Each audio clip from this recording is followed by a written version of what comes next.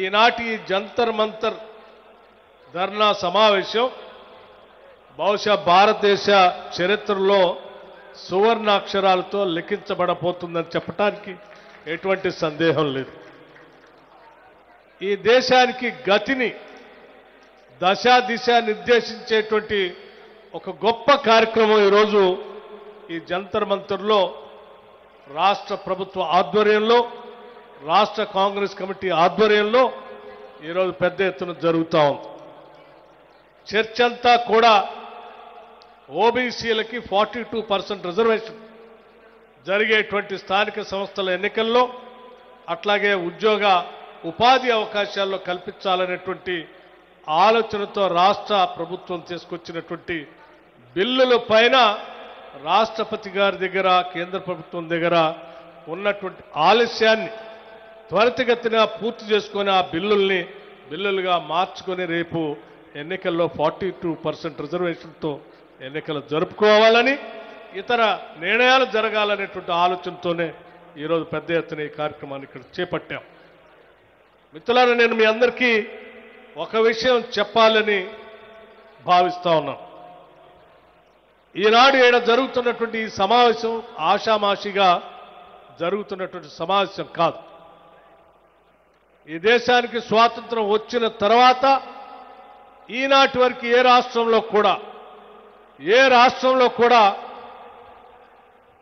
ఈ caste survey జరిగి socio economic political education political survey caste survey అనేది ఈ దేశంలో ఎక్కడా జరగలేదు.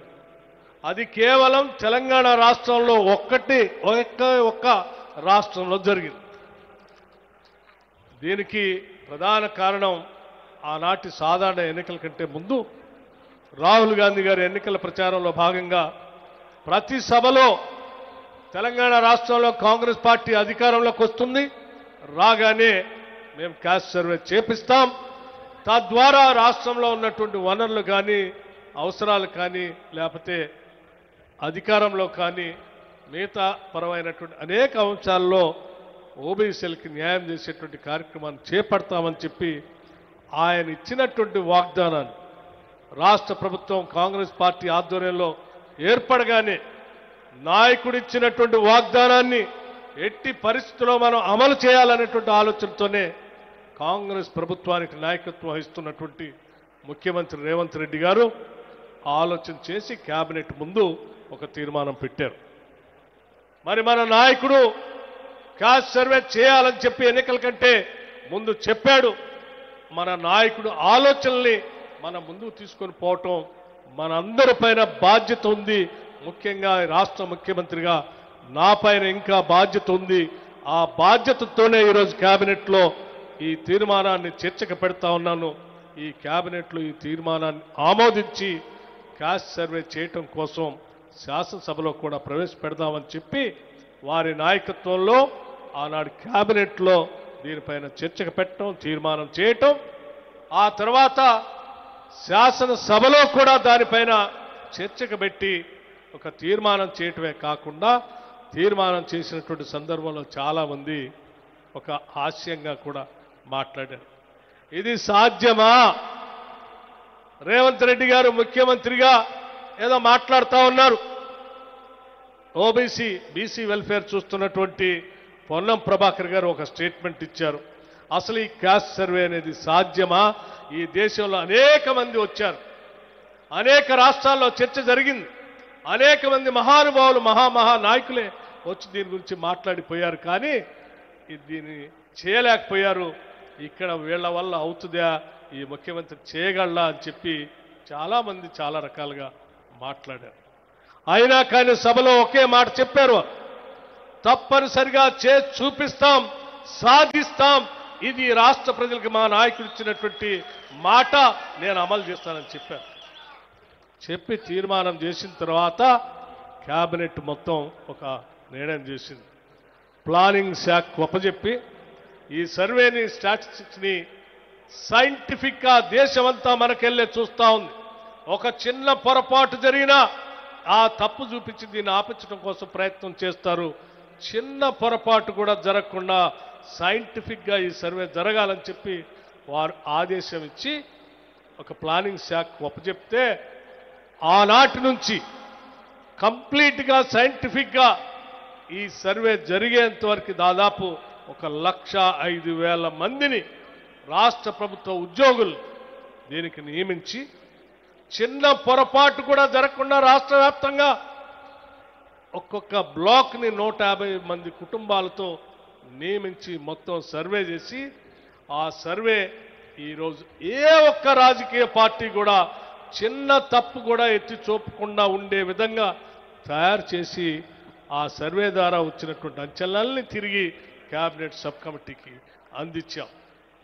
చివరి cabinet sub committee Uttam Kumar Reddy గారి నాయకత్వంలో ఉన్నటువంటి నాయకులంతా ఈ సర్వే బ్రహ్మాండంగా జరిగింది, ఒక చిన్న పొరపాటు కూడా జరగలేదు అని చెప్పి వారు కేబినెట్కి సమర్పించమని చెప్తే తిరిగి కేబినెట్లో పెట్టిన తర్వాత ముఖ్యమంత్రి గారు కేబినెట్ సహచరులంతా కూడా పరిశీలన చేసి ఎస్ ఇప్పుడు సర్వే అయిపోయింది, సర్వే మీద ఆధారపడి ఇప్పుడు రిజర్వేషన్ మనం లెక్కలతో సహా సభలో పెట్టి 42% రిజర్వేషన్ ఇవ్వాలి అని ఒక చాలా గొప్ప నిర్ణయం, ఒక గొప్ప నిర్ణయం అంటే దేశ చరిత్రలోనే నిలిచిపోయేటువంటి ఒక గొప్ప నిర్ణయాన్ని ఆ కేబినెట్లో తీసుకొని శాసనసభలో పెట్టి ఆ శాసనసభలో కూడా అన్ని రాజకీయ పక్షాలని చర్చించడానికి అవకాశం ఇచ్చి వాళ్ళందరి చేత కూడా ఈ 42% రిజర్వేషన్ అనేది ఓబీసీలకు ఇచ్చేది లెక్కలతో సహా మీరు పెట్టినటువంటి సంఖ్య ఈ సర్వే చాలా నిబద్ధతతో ఉంది కాబట్టి మేమంతా కూడా ఈ 42% రిజర్వేషన్ ఓబీసీలకు ఇచ్చేదానికి మద్దతు ఇవ్వనటువంటి పరిస్థితితో ఆ సభలో ఉన్నటువంటి బీజేపీకి సంబంధించిన శాసన సభ్యులు కానీ టీఆర్ఎస్ పార్టీకి సంబంధించిన శాసనసభ్యులు కానీ ఆ బిల్లు మద్దతు ఇచ్చి ఆ 42% ఓబీసీ రిజర్వేషన్ సంబంధించిన బిల్లుని చట్టసభల్లో పాస్ చేసి గవర్నర్ గారికి పంపించి ఈరోజు రాష్ట్రపతి గారి దగ్గరికి పంపించినటువంటి ఈ విషయం ఇదంతా కూడా చాలా పకడ్బందీగా చాలా స్పష్టంగా చాలా జాగ్రత్తగా తీసుకున్నటువంటి నిర్ణయం వల్లే ఈరోజు భారత రాష్ట్రపతి గారి దాకా ఈ 42% రిజర్వేషన్ సంబంధించిన బిల్లు వచ్చింది. ఈ వచ్చిన బిల్లు మరి ఇక్కడ ఆగిపోయింది. ఈ ఆగిపోయిన బిల్లుని సాధించుకొని ఏ రాష్ట్ర ప్రజలకైతే నిబద్ధతతో 42% రిజర్వేషన్తో స్థానిక సంస్థల ఎన్నికలు జరిపిస్తామని చెప్పామో, ఏ నిబద్ధతతో అయితే విద్యా ఉద్యోగ అవకాశాల్లో 42% రిజర్వేషన్ కల్పిస్తామని చెప్పామో అదే నిబద్ధతతో చట్టాన్ని చేసి రాష్ట్ర ప్రభుత్వం భారత ప్రభుత్వానికి పంపించింది.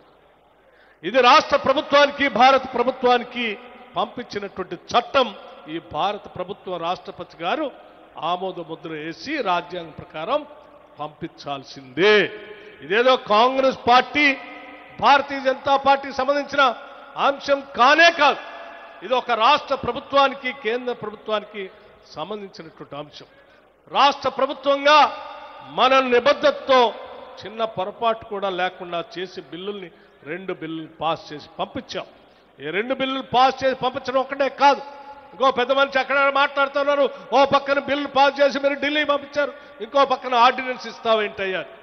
అవగాహన లేనటువంటి కొద్ది మంది నాయకులు మాట్లాడుతున్నారు. కానీ ఆర్డినెన్స్ కూడా రాష్ట్ర ముఖ్యమంత్రి గారు కేబినెట్ ఆలోచన చేసి ఆనాటి టీఆర్ఎస్ ప్రభుత్వం స్థానిక సంస్థల ఎన్నికలు జరిగేటప్పుడు 50% మించకుండా ఉండేటట్టుగా స్థానిక సంస్థల పంచాయతీరాజ్ చట్టంలో ఒక క్యాప్ పెట్టింది. మనం ఇక్కడ 42% సాధించుకొని రాష్ట్రంలో బిల్లు తెచ్చుకోగానే ఆ క్యాప్ అడ్డం వస్తుంది కాబట్టి దాన్ని కూడా అడ్డం లేకుండా చేయాలనేటువంటి ఒక ఆలోచనతోనే రాష్ట్ర ప్రభుత్వం ముఖ్యమంత్రి రేవంత్ రెడ్డి గారి నాయకత్వంలో కేబినెట్ ఒక నిర్ణయం తీసుకొని ఆర్డినెన్స్ చేసి గవర్నర్ గారికి పంపించింది. అంటే ఈ చట్టం రాగానే అక్కడ ఉన్న క్యాప్ కూడా అడ్డం తొలగేటట్టుగానే ఇప్పటికే నిర్ణయాలు చేసి రాష్ట్ర ప్రభుత్వం తన నిబద్ధతని చట్టపరంగా ఈరోజు చేసి చూపించిందని చెప్పడానికి నాకు ఎటువంటి సందేహం లేదు. ఈ చేసి చూపించినటువంటి చట్టం ఈరోజు భారత రాష్ట్రపతి నాయకురాలు ముర్ము గారి దగ్గర ఉన్నది. గౌరవ ముర్ము గారు కానీ లేకపోతే భారత రాష్ట్ర ప్రభుత్వం కానీ తప్పనిసరిగా వారికి కూడా ఈ రాష్ట్రంలోనే కాదు దేశంలో ఉన్నటువంటి బలహీన వర్గాలపైన ప్రేమ ఉందనే మేము భావిస్తూ ఉన్నాం, నమ్ముతున్నాం కూడా. తప్పనిసరిగా చట్టబద్ధంగా చేసిన ఈ చట్టాన్ని వాళ్ళు కూడా గౌరవించి వెంటనే దీనికి ఆమోద ముద్ర వేసి ఈ రాష్ట్రంలోనే కాదు దేశంలో ఉన్నటువంటి బీసీలకు కూడా మేము న్యాయం చేయడానికి సిద్ధంగానే ఉన్నామనేటువంటి ఒక సంకేతాన్ని వారు ఇస్తారనేటువంటి ఆశతోనే మేము ఉన్నాం.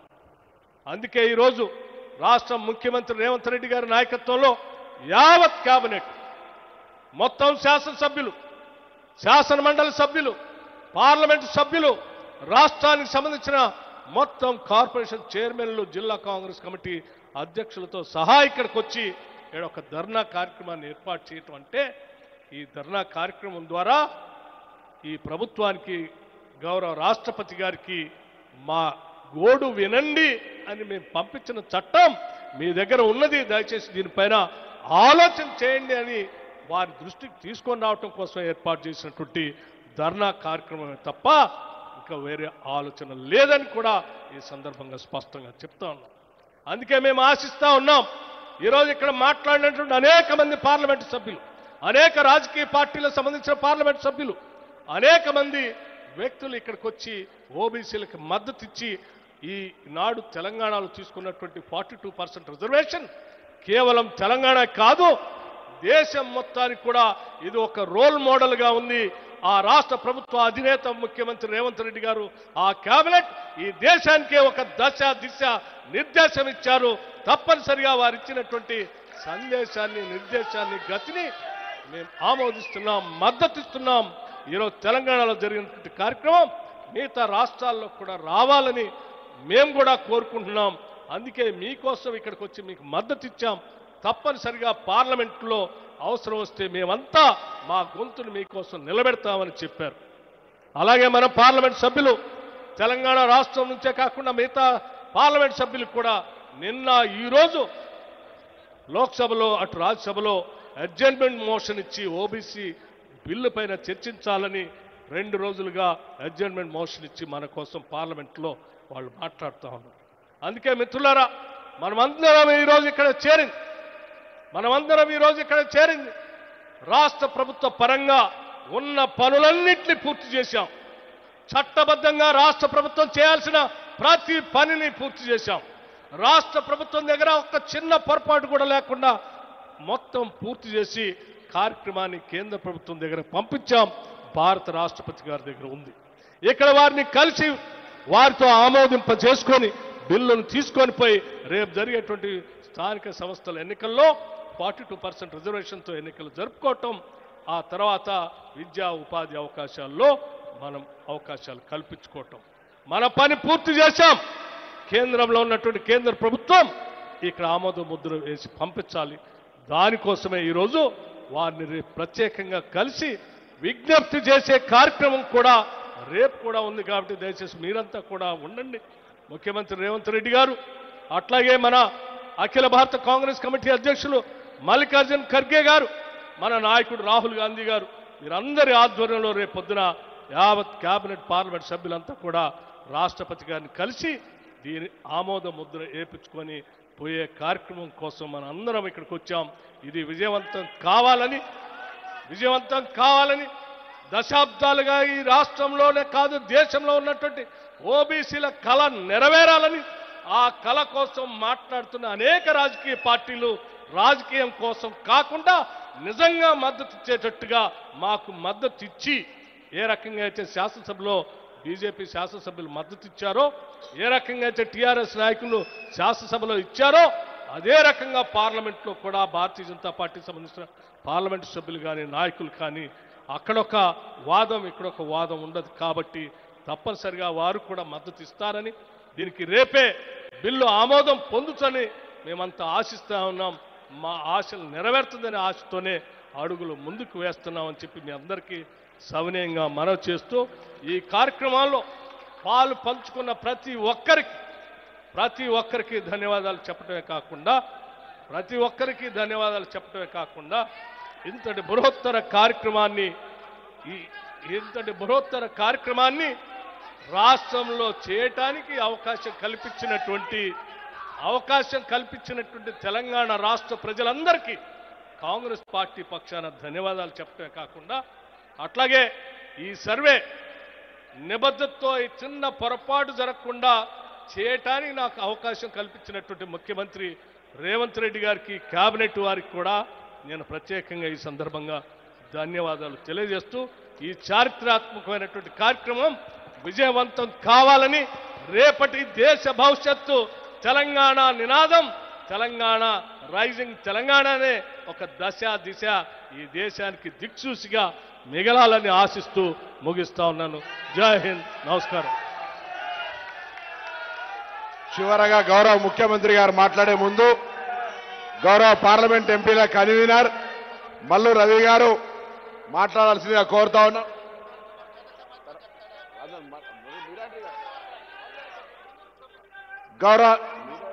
గౌరవ ముఖ్యమంత్రి గారు ఈనాడు తెలంగాణలో కామారెడ్డి